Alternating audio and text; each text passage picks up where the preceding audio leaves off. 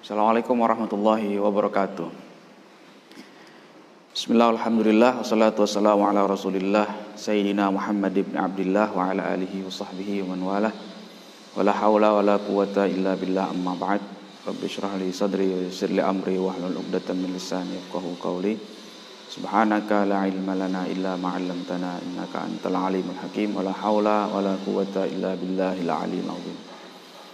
Kawan-kawan sekalian yang dirahmati Allah, para santri dan santriwati di rumah semuanya yang menyimak kajian kitab Hidayatul Hidayah ini, alhamdulillah kita bisa berjumpa kembali dalam kajian kitab Hidayatul Hidayah. Mudah-mudahan kita selalu diberikan kesehatan oleh Allah Subhanahu wa taala. Insyaallah kita sudah masuk ke pertengahan Ramadan. Sekarang ini kalau tidak salah sudah tanggal 14 ya, 14 Ramadan. Dan besok insya Allah tanggal 15 Ramadan. Mudah-mudahan kita selalu diberikan kesehatan, kekuatan, dan keamanan ya. Tidak ada apa-apa ya, seperti yang dikhawatirkan orang-orang bahwa nanti tanggal 15 Ramadan akan ada apa-apa ya. Insya Allah mudah-mudahan Allah berikan keselamatan buat kita semua. Nah, mari kita lanjutkan pengajian kita ini dengan baca Ummul Quran Suratul Fatihah, yang kita mohon kepada Allah Subhanahu wa taala mudah-mudahan kita selalu diberikan ilmu yang bermanfaat ya. La hadhihi niyyah wa ala kulli niyatin shalihah. Al-Fatihah. A'udzubillahi minasyaitonir rajim. Bismillahirrahmanirrahim. Alhamdulillahirabbil alamin. Arrahmanir rahim. Maliki yaumiddin. Iyyaka na'budu wa iyyaka nasta'in. Ihdinas siratal mustaqim. Siratal ladzina an'amta 'alaihim ghairil maghdubi 'alaihim waladdallin. Bismillahirrahmanirrahim. Qala Syekhul Muallifu rahimahullahu ta'ala wa adaman naf'a bihi wa bi barakati ulumihi wa bikum fid dharaini amin. Qala. Kita melanjutkan masih maksiat-maksiat yang bisa dilakukan oleh lisan. Kemarin sudah kita bahas dua. Yang pertama berdusta, yang kedua ingkar janji. Yang ketiga ini juga sangat mengerikan, sangat membahayakan, maka sebisa mungkin kita jauhkan. Ats-tsalitsu, yang ketiga, al-ghibatu, ghibah. Nah, ghibah. Ghibah itu apa bahasa Indonesianya? Menggunjing ya.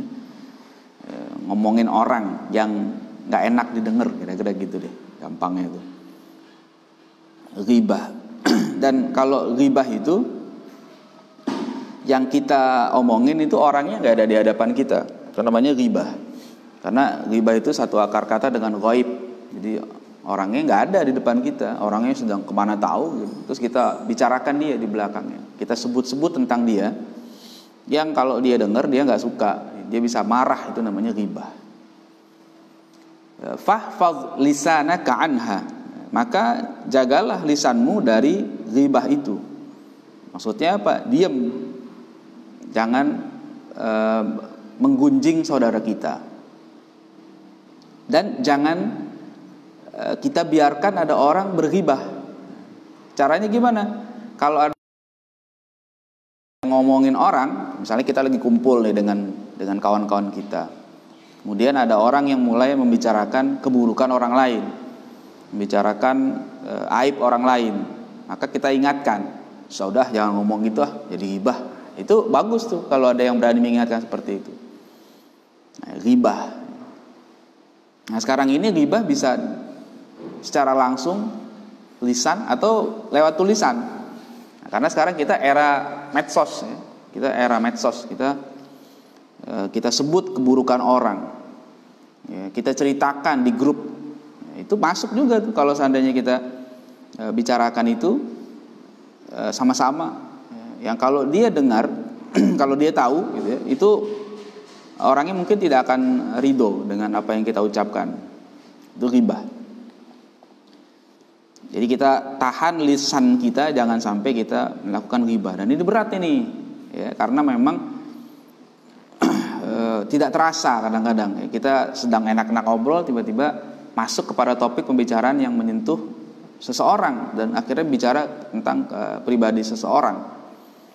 Kalau kita sedang dalam keadaan seperti itu, buru-buru deh ingat astagfirullah ya Allah. Ya, jadi berhenti. Nah, kira-kira itu jangan lanjutkan ghibahnya ya.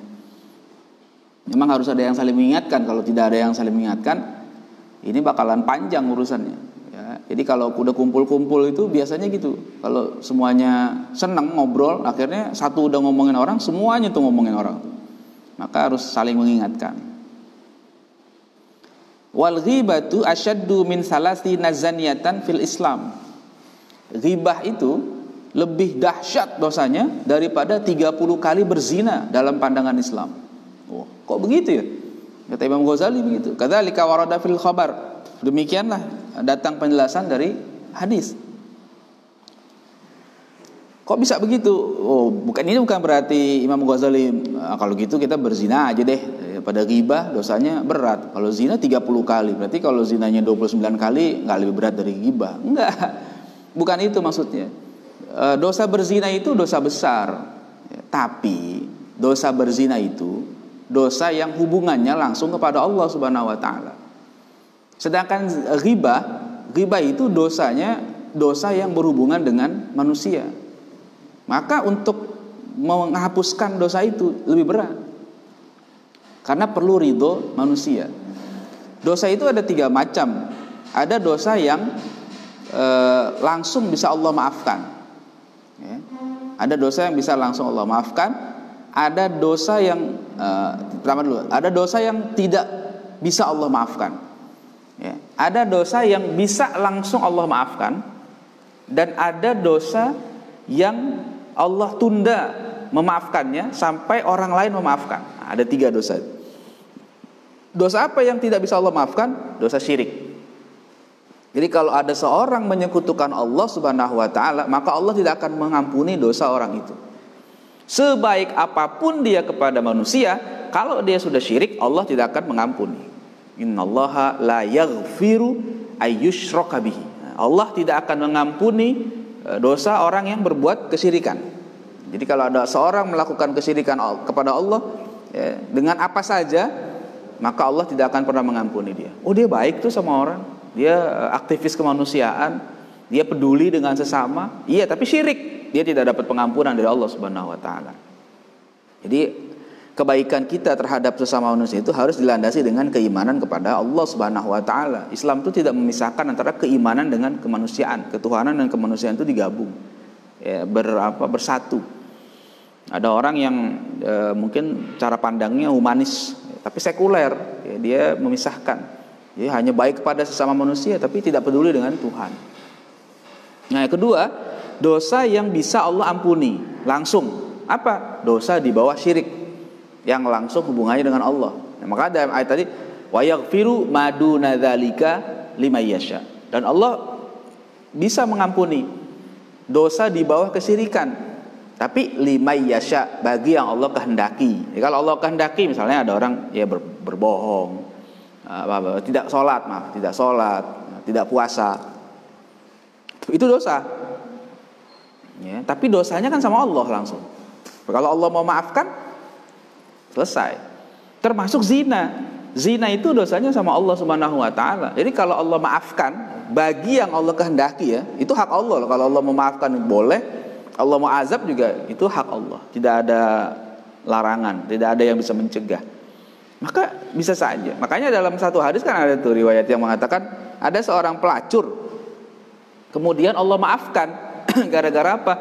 Gara-gara dia memberikan minum seekor anjing. Ya, ketika dia pulang ya, kerja, kemudian dia lihat ada anjing kehausan, dia buka sepatunya, dia ambil air, kemudian dia berikan minuman itu kepada seekor anjing. Dan Allah maafkan. Pelacur itu kan mungkin ya lebih dari 30 kali berzina. Namanya pelacur ya. Tapi Allah bisa memaafkan. Nah, beda dengan ghibah nih. Jadi logikanya begitu. Ya, secara pemahamannya kalau ghibah dosanya sama manusia. Nah, ini yang masuk kategori dosa ketiga. Dosa yang Allah tunda memaafkannya kecuali setelah mendapat ridho dari orang lain. Misalnya kita berghibah, menggibah, menggunjing saudara kita. Maka cara taubatnya kan nggak cukup dengan istighfar. Astagfirullah. Nggak cukup, tapi harus minta maaf, minta ridho kepada orang yang pernah kita gunjing. Itu beratnya. Makanya Allah akan tunda. Ya, kalau si fulan sudah ridho, maka Allah juga bisa memaafkan. Tapi kalau si fulannya belum ridho, Allah tidak mau memaafkan. Nah, itu beratnya dosa yang hak adami namanya, hak sesama manusia. Jadi bukan berarti Imam Ghazali mengajarkan, oh ini kalau gitu kita berzina aja, nggak terlalu berat dari ghibah. Bukan. Jadi cara memahami hadisnya tidak seperti itu ya. Wa makna ghibati, dan makna ghibah itu adalah antadzkura insanan bima yakrahuhu law sami'ahu. Ghibah itu artinya engkau menyebutkan orang, nyeritain orang kalau kata kita gitu, bima yakrahuhu, ya, tentang apa yang dia tidak suka. Lau sami'ahu, kalau dia dengar. Tapi kalau yang kita ceritakan tentang kebaikan seseorang, itu bukan ghibah namanya. Ya, kita ngomongin orang nih di belakang gitu ya, nggak ada orangnya. Si fulan rajin ya, misalnya gitu. Iya, dia nggak disuruh juga rajin, dia bersihin rumah, bersihin lingkungan. Orangnya rajin, begitu rajin sedekah, baik banget sama orang. Itu kira-kira tuh kalau orang dia ngomong gitu seneng nggak? Marah nggak marah dia.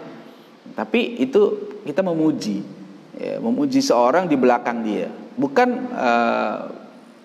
menjelek-jelekkan lah kira-kira gitu. Nah, itu namanya bukan ghibah kalau gitu. Tapi kalau kita ceritain orang, keburukannya, aibnya, kekurangannya, itu ghibah. Ya. Fa anta mughtabun zalimun wa in kunta shadiqan. Maka engkau itu adalah seorang penggunjing, zalim, sekalipun kamu benar. Nah, ini yang penting juga nih. Jadi memang benar. Misalnya gini, kita ngomongin orang, ada orang yang pelit, kita kenal dia pelit, kita ngomongin nih, dia sih pelit banget orangnya, nggak pernah sedekah, pelit. Nah, memang betul orang itu pelit. Yang kita omongin itu orangnya memang terkenal pelit. Nah, ketika kita ngomongin si fulan pelit itu di belakang dia, itu ghibah. Kan benar memang dia pelit ya. Justru karena itu benar namanya ghibah. Kalau ada orang nggak pelit kita omongin pelit, berarti kita bukan ghibah, kita dusta, kita bohong. Nah, makanya kalau ngomongin sesuatu yang buruk itu tentang orang lain, itu nggak ada untungnya dua-duanya. Benar jadi ghibah, salah jadi bohong. Nah, jadi lebih baik jangan bicarakan orang lain. Nah, ini penting nih buat kita nih. Ini kadang-kadang yang pernah saya sampaikan begitu. Ada orang ngomongin orang ghibah tapi berdalih, kira-kira ini mah apa-apa aja nih, kita sih bukan ngomongin orang ya, tapi memang dia gitu sih. Ya memang ghibah itu ada pada diri orang yang kita bicarakan, itu ghibah namanya. Dan itu kadang membuat enak betul obrolan itu, sehingga lupa diri kita. Sehingga akhirnya kita terus saja mengalir ghibah. Tak terasa itu lisan kita akhirnya sudah menggunjing orang sekian lama. Yang tadi obrolan cuma 10 menit bisa setengah jam terus ngomongin orang terus. Ya Allah, mudah-mudahan kalau kita pernah mengerjakan ini Allah ampuni ya, dan kita minta ridho kepada orang yang pernah kita zalimi dengan cara ghibah ini ya. Wa iyyaka wa ghibatal qurra'il mura'in dan jauhkanlah olehmu ghibahnya al-qurra al-mura'in ya. Ini ada jenis ghibah yang kayaknya nggak ghibah gitu, tapi sebenarnya ghibah juga. Ghibah yang sangat halus. Imam Ghazali membahasakan ghibahnya al-qurra al-mura'in. Al-qurra itu asal kata pembaca Quran ya. Orang soleh lah katakan gitu ya. Al-mura'in yang dia tuh ingin riya. Jadi makna kalau diterjemahkan begitu, al-qurra al-mura'in. Tapi kalau kita karena ini sebagai satu istilah, kita tidak terjemahkan al-qurra al-mura'in itu maksudnya seperti itu. Jadi ghibahnya orang yang soleh yang ingin menampakkan dirinya. Apa? Contohnya gini, wahwa antufhimal maksuda min ghairi tasrih, yaitu dia memberikan pemahaman tentang yang dituju. Yang dituju itu orangnya min ghairi tasrih, tanpa belak-belakan. Jadi semacam menyindir orang, tapi orang itu maksudnya udah difahami. Oh, si fulan ini yang ngomongin, dia ngomongin si fulan ya. Itu namanya ghibah al-qurra al-mura'in ya. Maksudnya gini, disebut namanya tapi dengan cara yang halus tidak langsung diomongin jelek-jeleknya. Nah, nanti dikasih contoh Imam Ghazali gini. Fatakulu, misalnya kamu ngomongnya caranya gini. Aslahahullah faqad sa'ani wa ghammani ma jara alaih. Fanas'alullaha ta'ala ayyuslihana wa iyyahu. Nah, jadi itu contoh kata-kata ghibah murain tuh gitu. Dia ngomong gini, dia udah ngomongin si fulan, nama orang. Ya misalnya si Ahmad lah ya, diomongin si Ahmad. Mudah-mudahan Allah bikin baik itu si Ahmad. Dia berbuat jahat sama saya, dia berbuat zalim sama saya. Udah banyak deh dia zalimin saya. Dan dia memang kerjaannya begitu. Ya, tapi saya nggak balas. Saya nggak marah ya, kira-kira gitu. Mudah-mudahan kita doain deh supaya Allah berikan kebaikan buat dia. Nah, itu tuh kan kayaknya soleh betul itu, halus betul. Tapi kata Imam Ghazali yang begitu juga itu masuk kategori ghibah itu. Kenapa? Bahkan itu ada dua keburukan di dalam ghibah semacam itu. Nah, ya, jadi kita ngomong si Ahmad dia salah tuh, dia harusnya nggak begitu. Mudah-mudahan Allah kasih taufik hidayah lah buat dia. Nah itu dua keburukan. Apa katanya? Fa inna hadza jama'a baina khabithain. Kata Imam Ghazali, nah, ghibah yang seperti ini ada dua keburukan di dalamnya, tergabung dua keburukan. Satu apa? Ahaduhuma al-ghibah. Yang pertama ada ghibah idza hasala bihi tafahum. Jadi kalau di situ bisa membuat orang lain paham maksudnya, kan jadi orang paham tuh, oh si fulan si Ahmad itu begini kerjaannya. Kan sebenarnya dia ngomongin orang juga tuh, ngejelekin orang, ya, si Ahmad kah si fulan, pokoknya siapa saja yang diomongin itu sedang dibicarakan di belakang. Oh dia jahat tuh, dia begini tuh begitu, ya mudah-mudahan Allah. Nah kayak gitu. Saya sih nggak bales. Nah itu yang pertama ghibah. Kedua apa? Wal akhor. Yang kedua tazkiyatun nafsi wa thana 'alaiha bitaharruj was shalah. Yang kedua tazkiyatun nafs. Dia muji-muji diri sendiri, ya, menyucikan dirinya sendiri dan memuji-muji dirinya. Bitaharruj wat tafahum. Ya, dengan apa? Dengan menganggap dirinya itu enggak punya salah dan orang soleh, kira-kira gitu. Jadi orang berpikir gini, dia soleh banget ya, dijahatin aja nggak balas. Nah kira-kira gitu. Jadi sebenarnya dia secara nggak langsung ngomong gini, dia itu jahat, saya ini soleh. Nah, dia jahatin saya nggak balas. Cuma ngomongnya caranya begitu. Nah, itu namanya ghibah al-qurra al-murain. Kata Imam Ghazali gitu. Wah ini halus betul, berat ini. Ya, jadi memang ghibah ini dosa yang luar biasa. Kita harus hati-hati betul. Ya Allah ya. Jadi dengan kalau kita tanpa sadari mungkin kita nganggap itu bukan ghibah. Tapi ternyata Imam Ghazali lebih jeli, lebih detail lagi. Nah, inilah hebatnya Imam Ghazali. Dia sangat sangat hati-hati. Dia sangat teliti. Karena memang ibarat dokter spesialis, dia ini sangat ahli spesialis jiwa. Jadi beliau tahu. Ini juga riya sebenarnya. Ini juga ghibah sebenarnya. Cuma dalam kemasannya indah gitu ya. Orang menganggap itu baik dia tidak ghibah. Nah, itu tidak seperti itu. Jadi Imam Ghazali mengingatkan kita supaya menjauhi yang namanya ghibah al-qurra'il mura'in. Ini kalau lagi omongan biasa ya, lagi ngobrol nggak karuan gitu ya. Ngobrol nggak karuan tuh namanya ghibah. Nah, ntar saya akan jelaskan sedikit ya. Kemudian walakin in kana maqsuduka min qaulika aslahahullahu ta'ala ad-du'a fad'u lahu fis sirri. Tapi kalau tujuanmu dengan ucapan tadi itu aslahahullahu ta'ala, mudah-mudahan Allah berikan kebaikan buat dia, mudah-mudahan Allah jadikan dia orang soleh, orang baik, kita doain. Maksudnya mau ngedoain nih, kata Imam Ghazali, fad'u lahu fis sirri. Bagusnya doain aja diem-diem, gak usah di depan orang ngomongnya. Ya, dia lagi sholat malam, tahajud, gitu kan? Misalnya dia sambil doain tuh, ya Allah, si fulan begini ya Allah, ya Allah. Ya mungkin dia nggak tahu, ya Allah, saya tolong ubah hatinya supaya jadi orang soleh. Doainnya sendiri aja, ngadunya sama Allah aja, jangan sama orang. Itu kata Imam Ghazali. Kalau yang benar, nah seperti itu. Jadi mendoakannya tanpa sepengetahuan siapapun. Hanya dia dengan Allah. Ya, ini insya Allah doa seperti ini akan diterima. Sebab kata Nabi kan, doa bi zahril ghaib mustajab. Ya, doa kita kepada orang lain ya, tanpa sepengetahuan yang didoakan itu mustajab. Jadi kalau kita melihat orang itu ada yang kurang baik, lalu kita doakan di belakangnya tanpa sepengetahuan dia, tanpa kita cerita kepada orang lain, doakan, ya Allah, si fulan begini, ya mudah-mudahan dia baik, mudah-mudahan setelah ini dapat hidayah dan taufik. Doakan kepada Allah, nah insya Allah tuh diterima tuh. Nah ini juga mungkin buat kita nih para guru ya, para ustadz di pondok, guru-guru di sekolah, kalau kita punya murid yang mungkin masih adabnya kurang baik, baiknya banyakin doa malam-malam. Kita tahu lah ada murid-murid kita, santri-santri kita yang adabnya kurang misalnya ya. Kita jangan ngomongin di depan orang banyak. Ya, si fulan begini begitu, tidak. Malam doakan kepada Allah. Kita ngadu kepada Allah Subhanahu wa taala, ya Allah, santri saya si fulan nih begini ya Allah.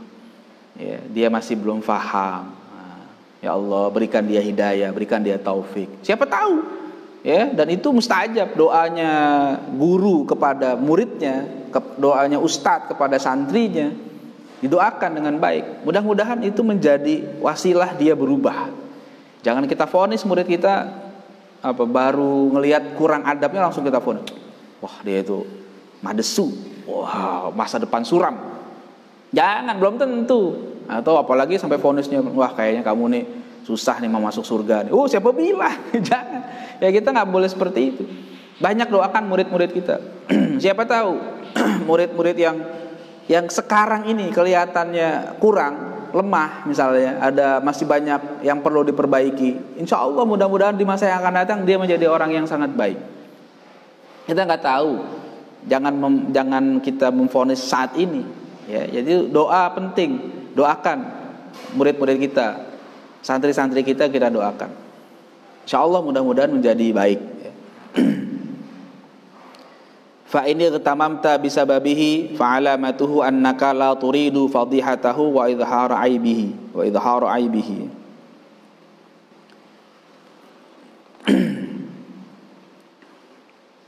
Jadi kalau kita benar, ya, kalau kita memang pengen baik lah buat dia, kalau kita memang betul-betul ingin kebaikan buat orang yang tadi jangan diceritakan keburukannya kepada orang lain. Tandanya gimana? Fa'alamatuhu annaka la turidu fadihatahu. Ciri kalau kita memang betul ingin dia baik, kita tidak ingin keburukan orang itu diketahui oleh orang lain. Ya. La turidu fadihatahu wa ilharu aibihi, dan kita tidak ingin menampakkan aib dia kepada orang banyak.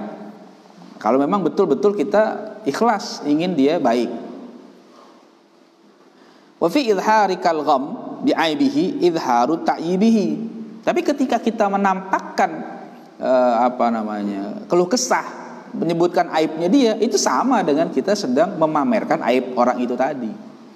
Jadi sebenarnya kayaknya kita nggak ghibah, tapi sebenarnya dengan kita mengeluh, dengan kita sebel gitu ya, cerita dengan bahasa yang halus sekalipun, sebenarnya secara tidak langsung kita sedang membuka aib itu kepada orang lain. Jadi orang lain tahu, oh ternyata dia begitu ya, oh ternyata dia begitu ya. Nah itu ghibah juga.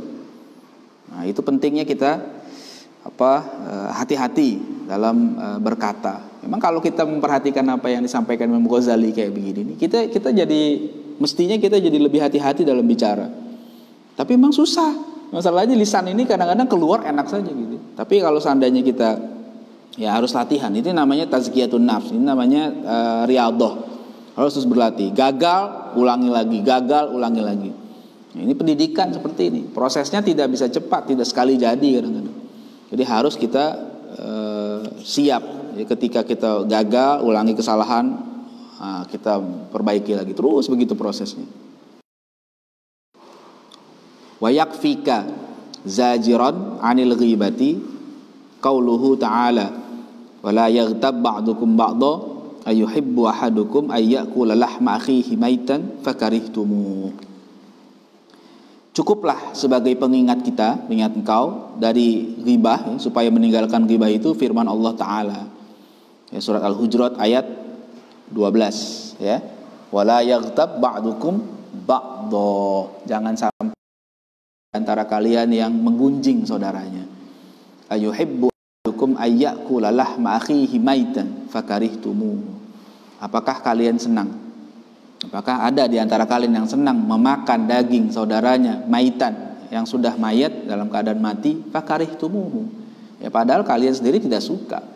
Ya, kita disuguhi makanan seperti itu, kita tidak mau. Tapi kenapa kita tega menggibah saudara kita? Ini kalau kita renungi betul, insya Allah kita terhindar dari sikap, dari akhlak yang tercela, ghibah ini. Ini berat ini. Faqad syabbahakallahu biakili lahmil maitah. Allah telah menyamakan kamu dengan pemakan daging bangkai. Dan bukan orang lain, saudara kita. Jadi kita jadi kanibal. Kalau seandainya orang yang suka ghibah itu sama dengan kanibal. Orang yang suka makan daging saudaranya. Waduh, ngeri. Orang muslim harus betul menjaga makanannya. Kita buka puasa hari ini, makannya yang halalan thayyiban. Nah, jangan kita kotori puasa kita dengan makan daging bangkai saudara kita, yaitu dengan ghibah. Fama ajdaraka an tahtariza minha. Alangkah bagusnya kalau kamu bisa menjaga dirimu dari perbuatan ghibah. Jadi selayaknya kita memang harus menjauhkan diri dari sifat ghibah ini. Nah, wa yamna'uka an ghibatil muslimin amrun law tafakkarta fihi. Nah, sekarang tadi keburukan ghibah. Sekarang Imam Ghazali ini kayak dokter ahli ya. Beliau ini tahu penyakit yang diderita oleh kebanyakan orang, termasuk kita. Salah satunya ghibah. Tapi beliau ibarat dokter ahli, beliau itu bukan hanya mendiagnosa penyakit, tapi juga memberikan obat.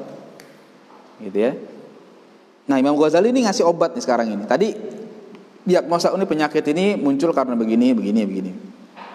Ciri-ciri penyakit ini begini, ciri-ciri ghibah begini. Bahayanya kalau ini diteruskan akan begini. Jadi Imam Ghazali ibarat dokter begitu, ngasih diagnosa kepada pasien. Kita ini pasiennya. Kalau kamu terusin ghibah, kamu akan begini. Nah, sekarang supaya enggak terusin, nah ini obatnya nih. Solusinya Imam Ghazali kasih. Wa yamna'uka an ghibatil muslimin amrun. Dan yang bisa menghalangi kamu dari menggunjing orang muslim itu ada satu perkara, lau tafakkarta fihi. Yang kalau kamu pikirkan, nah kamu bakalan jadi insaf, jadi berhenti dari ghibah. Nah, tapi mau nggak masalahnya? Ini obat ini. Cuma obatnya bukan bentuknya tablet atau kapsul, tapi berupa tafakkur. Imam Ghazali kasih solusi buat kita. Apa? Wahua. Ini obatnya nih. Antanzura fi nafsika. Coba kamu perhatikan diri kamu, kata Imam Ghazali. Ini obat buat kita semua nih. Mudah-mudahan bisa kita amalkan. Hal fika aibun zahirun aw batin? Coba perhatikan diri kita dari ujung rambut sampai ujung kaki, zahir batin. Coba tanya diri kita sendiri, kita punya aib gak? Zahir batin. Ya, coba deh. Adakah di antara kita yang tidak punya salah, tidak punya aib? Jawabannya tidak ada seorang pun yang tidak punya aib. Semua kita pasti punya salah. Kita punya kekurangan, kita punya kelemahan, pasti ada. Aib kita banyak. Ya. Ya kan? Ini kalau seandainya ada di depan saya suka ajak ngomong santri-santri ya, atau kawan-kawan. Coba angkat tangan yang tidak pernah punya kesalahan. Pasti nggak ada yang angkat tangan. Termasuk saya juga nggak berani karena saya juga banyak dosa, saya banyak salah juga. Ya, itu Imam Ghazali ingetin, coba kamu pikir dulu deh, kamu punya aib nggak sih? Zahir batin kamu, ya, tampilan luar kamu ada aibnya nggak sih? Mungkin gaya penampilan kita juga pernah ada kekurangan, atau batin kita, hati kita nih ada kekurangan, banyak. Wahal anta mukharifun ma'siyatan sirran au jahran. Ya, kedua, kata Imam Ghazali, coba perhatikan. Kamu tuh pernah gak sih ngerjain maksiat baik secara sembunyi-sembunyi atau belak-belakan, terang-terangan? Pernah gak? Ayo, ngaku deh. Pasti pernah. Apakah dosanya sendirian, di kamar sendirian, ngerjain yang gak baik? Mungkin pernah. Atau di tempat sepi yang gak ada orang di situ, akhirnya dia mengerjakan dosa. Pasti ada. Atau di tengah keramaian, bisa juga ada. Mau siang, mau malam, ada dosa yang kita kerjakan. Ya Allah. Lalu kita ingat kayak begini, kita malu sebenarnya. Karena kita punya banyak dosa. Termasuk saya juga punya banyak dosa. Mungkin dosa saya lebih banyak dari dosa antum. Gitu kan. Makanya sebenarnya saya ngajar tasawuf ini, kitab tasawuf itu bukan berarti saya yang paling suci di antara antum semua, bukan. Justru saya pengen ngobatin diri saya juga dari penyakit-penyakit yang ada. Makanya saya senang baca kitab tasawuf. Ada yang takut ya, takut sih kita nggak bisa ngamalin. Ya justru kita jadi cambuk ini untuk kita amalkan, bahwa kita diingatkan terus oleh para ulama harus memperbaiki diri kita. Memang berat, tapi mau tidak mau harus. Jadi ibarat kita ke dokter dikasih obat yang pahit betul, ya memang harus ditelan, pahit. Yang penting nanti setelah pahit itu akan ada kesehatan. Gitu juga sekarang. Jadi kalau kita baca kitab-kitab tasawuf, ya apalagi standarnya Imam Ghazali yang sangat ketat ya, itu kayaknya kita, ya Allah, ternyata diri kita ini masih kotor banget. Kita tahu betul. Yang tahu diri kita kan ya kita. Apa yang pernah kita kerjakan ya kita. Mungkin di depan orang. Ya, kata ulama kan, kenapa masih ada orang yang mau memuji kita? Karena Allah tutupi aib kita. Sebenarnya gitu kan. Jadi bukan karena kita mulia. Jadi antum masih menghormati sesama kita nih. Mungkin masih menghormati santri, masih menghormati saya sebagai guru. Bukan karena saya lebih mulia dari santri, tapi bisa jadi karena Allah tutupi memang aib kita. Ya, sesama kita nih ada aib, tapi Allah tutupi. Dan itu adalah salah satu keutamaan yang Allah berikan kepada umat Nabi Muhammad SAW. Kenapa? Kalau umat dulu nggak begitu. Ada dalam satu kitab namanya Syaraful Ummatil Muhammadiyah, karangan Sayyid Muhammad Alawi Al-Maliki Al-Hasani, seorang muhaddits di Mekah Al-Mukarramah, sekarang sudah meninggal. Beliau menulis kitab namanya Syaraful Ummatil Muhammadiyah, keutamaan, kemuliaan umat Muhammad, umat Nabi Muhammad SAW. Salah satu kemuliaannya apa? Dosa yang kita lakukan itu tidak ditampakkan oleh Allah Subhanahu wa taala seperti yang pernah ditampakkan untuk umat terdahulu. Jadi kalau umat dulu itu kalau berbuat dosa itu langsung ada di depan rumahnya tuh, ya, tertulis si fulan hari ini melakukan ini, si fulan hari ini melakukan ini. Wah, itu malu kan. Bahkan ada lagi yang menyebutkan kalau kita berbuat dosa itu ada apa? Ada noda di bagian tubuh kita, di wajah kita mungkin ada titik hitam. Itu malu betul kita, ketahuan wah dia habis berbuat dosa. Kita enggak. Kita udah berbuat dosa banyak saja. Allah masih lihat, Allah buat wajah kita, penampilan kita masih cakep. Kenapa? Allah sayang. Karena Allah menghormati Nabi Muhammad SAW. Allah sangat sayang kepada nabinya. Jangan sampai membuat umatnya sedih, nabinya sedih. Kan malu kita. Itu adalah bagian beban yang Allah angkat dari umat Nabi Muhammad yang pernah ditimpakan kepada umat-umat terdahulu. Makanya kita dalam doa salah satu yang kita bacakan apa? Rabbana la tu'akhidna in nasina aw akhtana. Ya Allah, jangan hukum kami kalau kami lupa atau kami salah.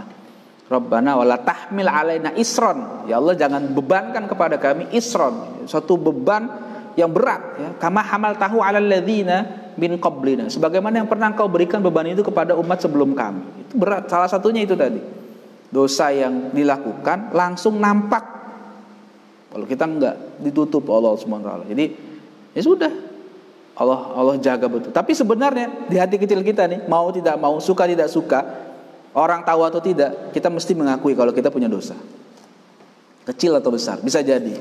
Tapi bagus kalau ada orang yang pernah berbuat dosa, ngaku pernah berbuat dosa, itu masih bagus, tanda hatinya masih hidup. Kalau ada orang pernah berdosa, iya saya tahu, saya juga punya dosa. Bagus itu. Daripada udah jelas berbuat dosa masih ngaku suci aja. Oh enggak, saya sih soleh, saya sih baik. Nah, itu jelek kayak gitu. Jadi bagusnya ya akuilah dosa yang pernah kita lakukan, taubatlah kepada Allah Subhanahu wa taala. Kalau ada yang pernah kita zolimi, ya kita minta maaf kepada sesama. Jadi nah ini Imam Ghazali mengajak, itu obat yang paling ampuh. Sebelum kita ghibah orang lain, coba tunjuk diri sendiri. Jadi kalau kata orang-orang kan, kalau kita nunjuk orang lain nih, 1 jari ke arah orang, tapi 4 jari ke arah kita. Jadi coba lihat diri kita sendiri dulu. Apakah kita sudah bersih dari aib? Apakah kita sudah bersih dari maksiat zahir batin? Belum. Fa idza arafta dzalik min nafsika, jika kamu sudah mengetahui itu, mengenal, memahami ya, hal itu terjadi pada dirimu, itu udah sadar, oh iya ternyata saya juga pernah nih berbuat ini, saya pernah ini. Fa'lam, maka ketahuilah anna ajzahu anit tanazzuhi amma nasabtahu ilaihi ka'ajzika, bahwa kelemahan orang yang kita gunjing tadi, dia tidak bisa membersihkan dirinya dari apa yang kita ceritakan tentang dirinya itu, sama seperti kelemahanmu ketika kamu tidak bisa meninggalkan dosa yang kamu kerjakan. Kata Imam Ghazali gitu. Wa udhruhu ka udhrihi, wa udhruhu ka udhrika, dan uzur yang ada pada dia itu sama seperti uzur yang kamu punya juga. Jadi maksudnya apa? Kita harus sama-sama maklum. Jangan kita mudah mencari aib orang lain tapi kita lupa dengan aib sendiri. Ya. Jadi baiknya ya sudah, kita punya dosa, dia punya dosa. Sekarang yang paling baik gimana? Jangan ngurusin orang supaya dia berbuat apa, jangan sampai ngurusin kejelekan orang saja. Kita juga punya, lebih baik kita perbaiki diri kita sendiri. Baru kita perbaiki orang. Gimana caranya kita memperbaiki orang kalau kita sendiri tidak baik? Berat. Wa kama takrahu an taftadhiha wa tudhkara uyubuka fa huwa aidan yakrahu. Sebagaimana kamu enggak suka kalau aibmu terbuka, terbongkar. Dan juga kamu enggak suka kalau aib-aibmu disebut-sebut oleh orang lain. Fa huwa aidan yakrahu. Orang itu juga sama seperti kita. Coba ada nggak di antara kita yang senang kalau aib kita disebut-sebut? Nggak senang kita. Ada yang bongkar aib masa lalu kita, pasti kita marah. Ya. Dosa. Diam saja, meskipun kita tahu. Fa in satartahu satarallahu alaika uyubaka. Kalau kamu tutupi aib orang lain, nanti Allah tutup lagi aibmu. Fa in fadhahtahu sallatallahu alaika alsinatan haddadan yumazzikuna irdaka fid dunya thumma yafdahuka fil akhirah ala ru'usil khalaiki yaumal qiyamah. Kalau kamu tampakkan, kalau kamu bongkar aib orang, ya, sallatallahu alaika alsinatan haddadan, kamu akan, nanti Allah akan mengirim, Allah akan balas. Ada lisan-lisan yang begitu tajam, ya. Haddadan itu tukang pandai besi sebenarnya. Tapi maksudnya di sini adalah lisan yang sangat tajam, yang yumazziquna irdaka fid dunya. Nanti lisan-lisan itu yang akan membongkar aibmu di dunia. Summa yafdahuka Allahu fil akhirah. Kemudian nanti di akhirat juga begitu. Allah buka lagi itu aib-aib kita ala ru'usil khalaiki yaumal qiyamah, di hadapan semua makhluk pada hari kiamat. Nah, ini berat ini. Ya, kalau kita perhatikan ini, masya Allah, kita ngeri betul. Jadi kalau kita suka membuka aib orang lain, maka kita juga akan dibuka aibnya oleh Allah Subhanahu Wa Taala melalui lisan orang-orang lain lagi. Ada saja nanti. Ya, makanya kalau kita mau sembuh, ya kita harus pikirkan dulu sebelum kita menggunjing orang lain. Ya. Kalau ada orang yang misalnya dia pernah berbuat jahat dulu, jahat, udah sih kita cukup tahu saja, nggak usah kita ceritain kepada orang lain. Oh, dia dulunya tuh mantan maling, sekarang dia udah nggak maling, dia mantan copet. Ya sudah, kita tahu memang mungkin dulu masa kecilnya seperti itu, masa mudanya seperti itu. Cukup kita tahu saja, tidak perlu kita ceritakan ke orang lain. Jelek. Dia dulu masih mudanya itu, bandel, dia hobinya mabuk. Kita tahu, nggak usah kita ceritakan. Oh, dia hobinya apa? Pacaran, dia hobinya gonta-ganti pasangan tiap malam. Wah, jangan ceritakan, sudah cukup, kita tahu sudah. Jangan kita bongkar, kita ceritakan ke orang-orang. Khawatirnya nanti Allah balas dengan yang lebih dahsyat lagi. Allah ceritakan aib kita lewat lisan-lisan orang lain yang tahu masa kelam kita. Kenapa? Karena kan kita juga punya masa lalu. Sebagaimana mereka punya masa lalu, kita juga punya masa lalu yang mungkin tidak lurus. Ada yang kurang-kurang masa lalu kita, sehingga nanti Allah balas. Jadi kalau sudah tahu, cukup sama-sama tahu saja, udah nggak usah dibahas lagi, tidak usah diceritakan ke orang lain. Kalau guru saya suka ngingetin begini, mendingan mantan preman daripada mantan kiai. Bahasa guru saya kalau ngajar saya gitu. Di Jakarta beliau kalau ingat nih, mendingan mantan preman daripada mantan kiai. Jadi kalau mantan preman itu, dulunya dia preman, misalnya dulu kerjaannya amburadul, nggak karuan lah, mabok, ya, nggak pernah ibadah, pokoknya pekerjaan maksiat udah deket banget.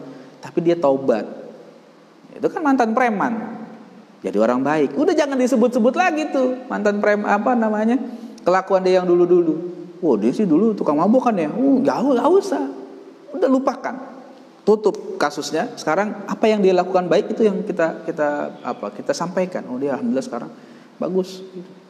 Daripada mantan kiai, daripada mantan ustadz, ya dulunya ustadz ngajar rajin gitu kan. Sekarang udah nggak jadi kiai lagi, jadi nggak ustadz lagi, jadi preman. Jadi sebaliknya gitu. Jadi bergajulan. Jadi kerjaannya nggak jelas, kerjaannya nggak baik, malah bukan jadi contoh yang baik. Orang akan hinakan. Kita nggak pernah tahu, masya Allah.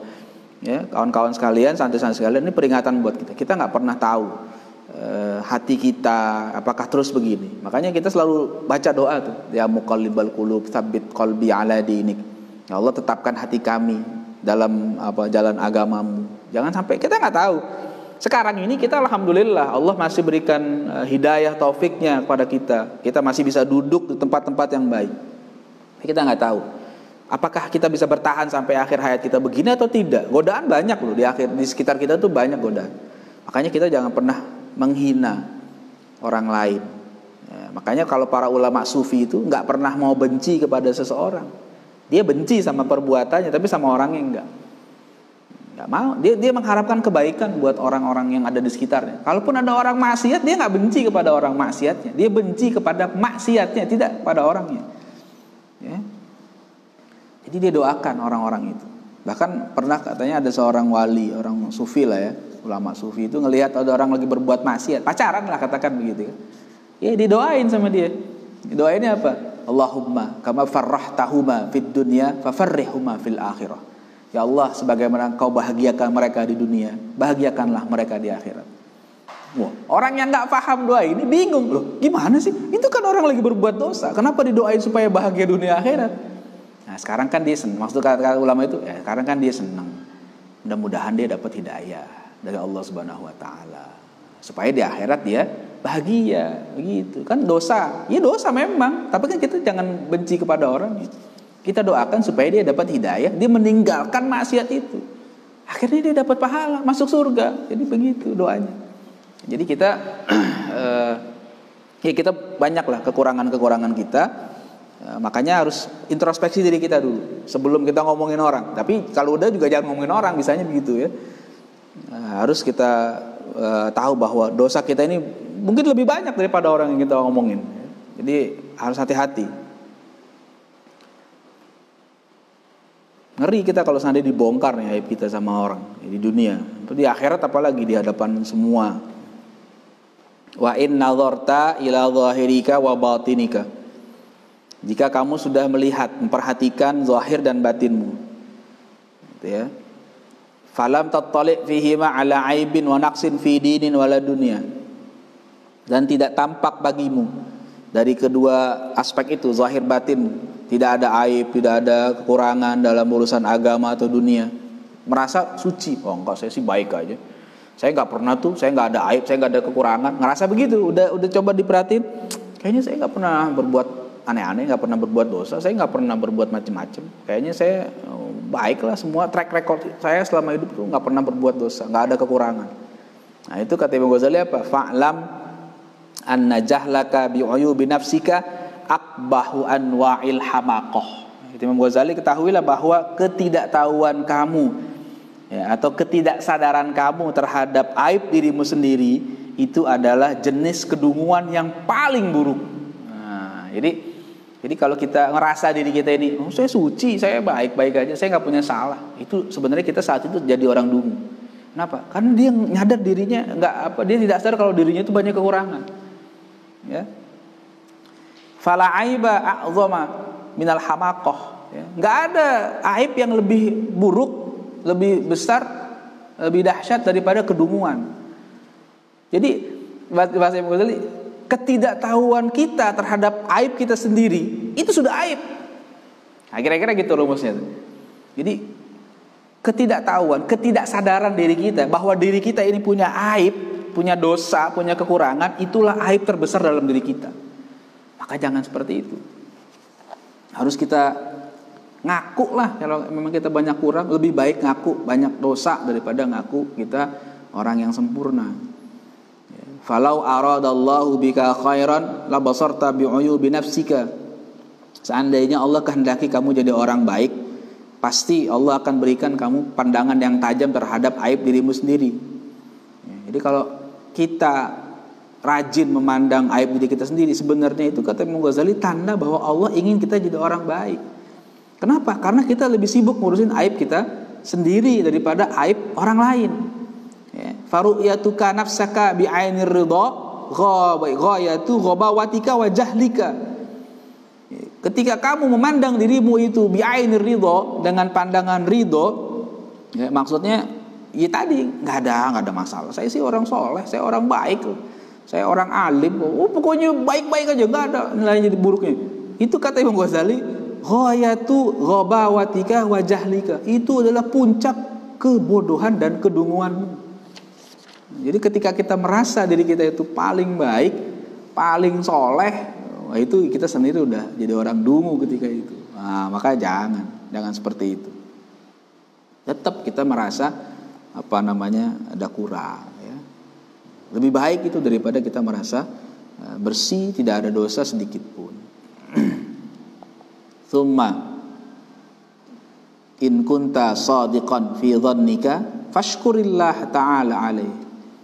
Nah, kemudian kalau kamu merasa benar dengan dugaanmu itu tadi, ya maksudnya apa? Setelah diperiksa memang benar nih misalnya. Kalau tadi sebenarnya kita nggak benar. Sekarang kalau kita udah cek diri kita dari sejak kita kecil atau minimal dari sejak kita balik, yang sudah dicatat tuh urusan dosa, pahala itu ketika sudah balik kita dicatat. Kita cek. Kayaknya kita nggak pernah ngerjain yang macam-macam deh.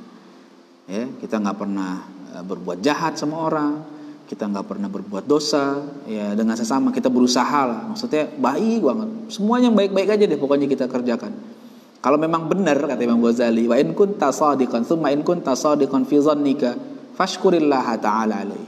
Ya sudah, kalau memang benar dicek, nggak. Dan orang-orang juga menyaksikan itu misalnya. Oh iya dia sih dari kecil emang nggak pernah berbuat jahat sama orang, dia mah soleh banget dari kecil juga orang udah tahu dia emang nggak pernah macam-macam. Ya udah, kata Imam Ghazali, fashkurillah ta'ala alaihi. Jadi ya bersyukurlah kepada Allah Subhanahu wa taala. Alhamdulillah Allah sudah jaga. Gitu. Jadi bukan kita malah menyombongkan diri. Itu tanda kita bersyukur kepada Allah Subhanahu wa taala. Wala tufsidhu bithal bin nas wat tamatmut bi a'radihim. Nah, kalau udah baik itu bersyukur. Kemudian jangan rusak. Yang sudah baik itu jangan rusak, pertahankan. Jangan kita rusak dengan apa? Dengan mencaci maki orang lain, dengan mencari aib orang lain. Dan kita ngomongin harga diri orang lain. Udah pertahankan itu. Yang sejak kecil kita baik, kita pertahankan. Jangan kita ngomongin orang lain. Udah cukup. Fa inna dzalika min a'zamil uyub. Sebab kalau kita udah baik, kemudian kita malah ngomongin orang, rusak kebaikan kita yang selama ini udah kita bangun. Jadi kita kita jaga. Itu adalah nikmat dari Allah Subhanahu wa taala ketika Allah menjaga kita dari perbuatan dosa. Maka jangan sampai kita hilangkan, jangan kita hancurkan kebaikan itu. Cukup tahan mulut kita, pertahankan terus ya sampai kita menghadap Allah Subhanahu wa taala dalam keadaan baik, dalam keadaan husnul khotimah. Itu baru kita beruntung. Ya. Nah, itu yang ketiga. Nah, yang keempat nanti agak panjang tentang perdebatan. Nah, sebelum saya masuk ke bab keempat, saya ingin sedikit menambahkan penjelasan tentang ghibah ya. Nah, secara umum ghibah itu memang haram hukumnya. Ya, haram.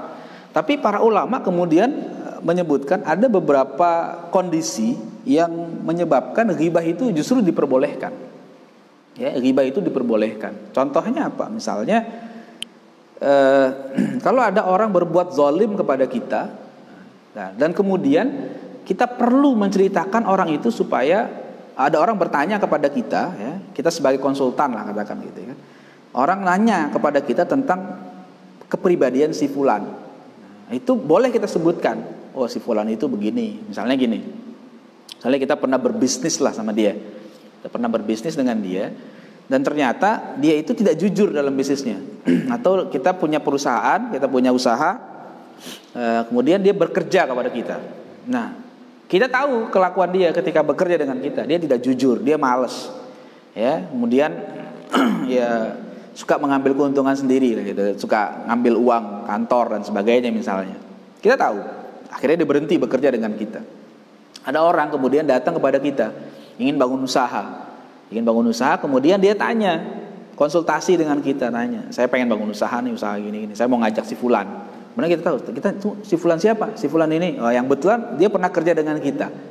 Nah, kalau kita tahu dia punya aib seperti itu, kita perlu kasih tahu orang yang tadi itu supaya dia tidak mengalami kerugian sama dengan yang kita alami. Kita kasih tahu, kalau pengalaman saya kenal dia karena dia pernah kerja dengan saya nih. Ya, dia pernah kerja sama saya. Dia itu orangnya begini. Dia begini. Ya, dia baiknya kita sebutkan, dia memang orangnya baiknya gitu, tapi dia punya kekurangan begini nih. Setahu saya, karena dia pernah kerja sama saya, dia begini. Nah, sekarang silahkan, terserah ente. Saya cuma nyebutin itu aja. Nah, ini tujuannya begitu. Itu kan ghibah sebenarnya. Kalau dia dengar, itu kan nggak baik. Cuma kalau kita nggak sampaikan, nanti orang ini bisa berpotensi kena kerugian yang sama dengan kita. Itu contoh misalnya. Sama kayak misalnya ada orang ingin menikahkan anaknya, misalnya ada perempuan ya mau dilamar oleh seorang laki-laki yang kita tahu kelakuan laki-laki itu seperti apa. Ketika ada orang itu tanya kepada kita, gimana kalau si fulan melamar anak saya itu, terima apa enggak? Gitu, konsultasi dulu, tanya misalnya. Kita tahu, si fulan jangan, dia itu orangnya begini. Kalau kita tahu ya, kalau dia baik kita sebutkan, dia baik. Ya, saya kenal dia baik, dia orang yang soleh, dia rajin ibadah. Ya.